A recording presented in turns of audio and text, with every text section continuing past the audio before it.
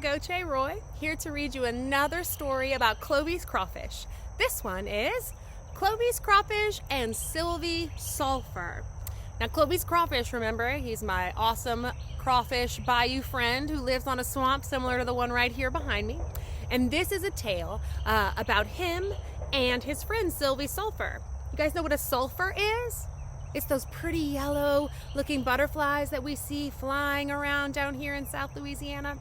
We're about to see plenty more of them this springtime. So join me today as you hear the tale of Clovis Crawfish and Silvie Sulphur by Mary Alice Fontenot, illustrated by Julie Dupré Buckner. This book is dedicated to David Landry and Lisa Fisher, parrain and marraine of Silvie Sulphur. Clovis Crawfish yawned. It was almost nighttime on the bayou where Clovis Crawfish lived. The sun was going down behind the big oak tree on the bayou bank, and Chico and Coteau Cigale de Bois were tuning up for their evening concert. Something yellow fluttered over Clovis and landed on top of his mud house. Clovis wriggled his whiskers and snapped his big sharp claws.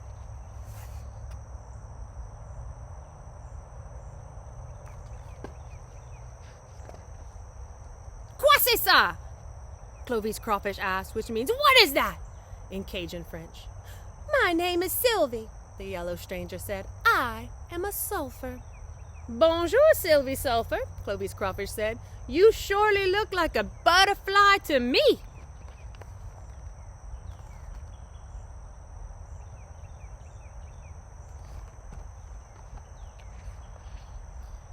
I do belong to the butterfly family, Silvie said. I'm looking for a home. May I live with you? Clovis was surprised. He forgot to wiggle his whiskers. Clovis snapped his claws 3 times. Silvie, he said, you wouldn't like it down here in my mud house. There's a lot of mud and water down here, and your pretty wings would get all muddy and crumpled up going in and out.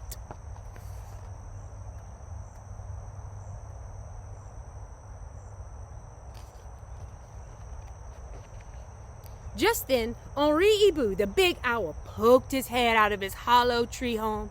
Henri was grumpy because Silvie and Clovis had awakened him too soon. Clovis waved his whisker.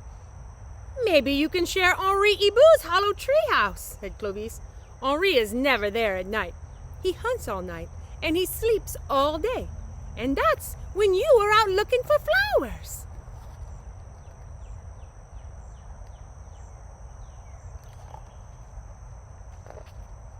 René Rain Frog poked his head through the leaves of the fern. Does Silvie Sulphur eat flowers? Asked René. Before Clovis Crawfish could answer, Henri Hibou hooted 3 times.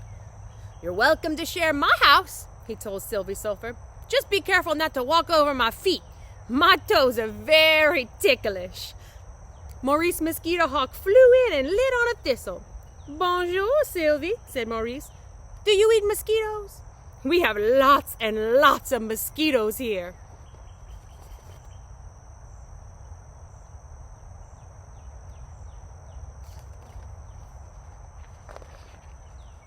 No, Maurice, said Clovis. Silvie doesn't eat mosquitoes. And René, she doesn't eat flowers either. She lives on nectar from flowers. And we have lots of nectar also. Silvie was so happy with her new home and the warm welcome she had received from Clovis Crawfish and his bayou friends. She flapped her wings and flew across the bayou. She settled happily into a blossom of a trumpet vine and began to suck the nectar.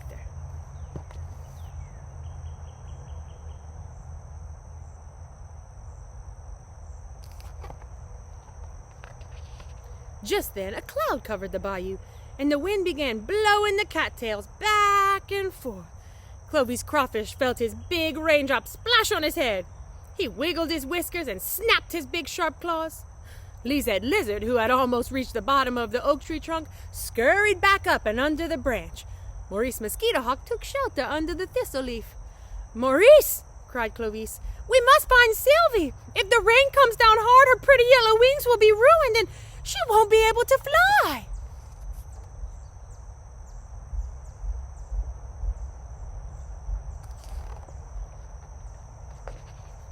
Maurice Mosquito Hawk flew off across the bayou, dodging raindrops all the way. "Silvie!" he called.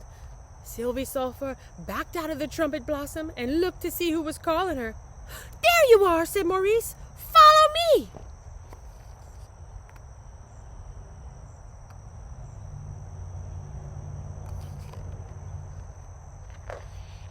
Silvie Sulphur followed Maurice back across the bayou. "Vite, vite," said Clovis Crawfish. "Quick, quick, Silvie. Go into Henri Hibou's hollow treehouse before the rain ruins your pretty wings." Just as Silvie and Maurice flew into the hollow in the tree, lightning flashed and thunder roared and sheets of hard rain came falling down. It rained so hard that Clovis Crawfish's mud house was all melted.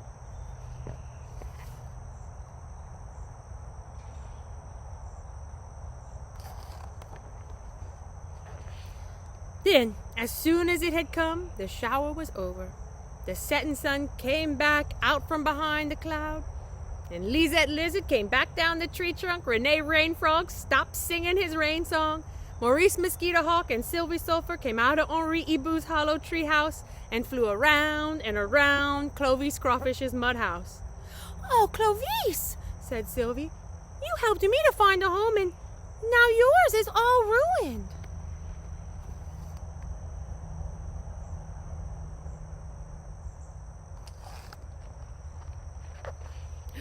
"Don't worry, Silvie," said Clovis Crawfish. "That rain shower made lots of beautiful mud. Now I can rebuild my mud house." Sure enough, the bayou bank was covered with soft, wet mud and mud holes full of water. Renee Rain Frog jumped right over a big mud hole. Josette Junebug, who had been hiding under a pile of wet leaves, crawled out and almost fell into a mud hole.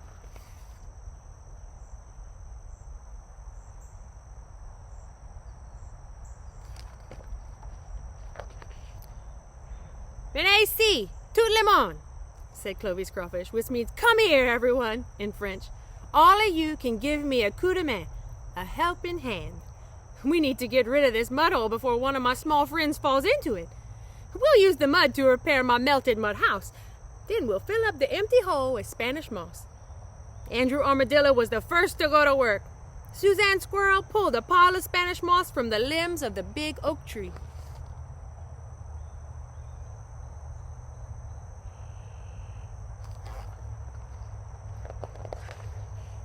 All of Clovis Crawfish's friends helped. Even Leontine Ladybug hauled mud in a grassy pod. Benjamin Beetle had trouble staying on his feet in the slippery mud and rolled over onto his back. But after a few clicks, he was able to right himself and keep up with the others.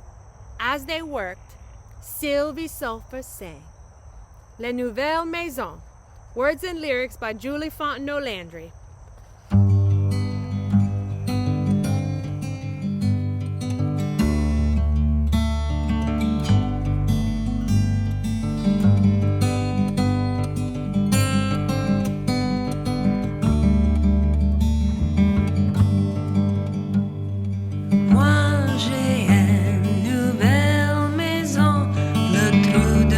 Cher Henri, à cette heure avec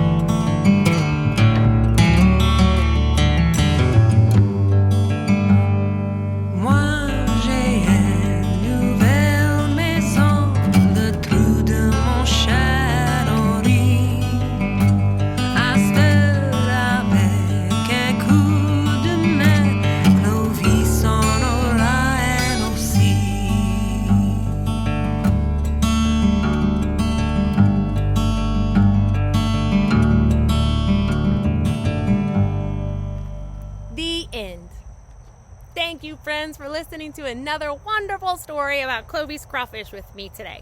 Don't forget that you can go to cloviscrawfish.com and download the lyrics to the song, your own copy of the song. You can order books and hear all about the stories there. All right, have a good night. Au revoir.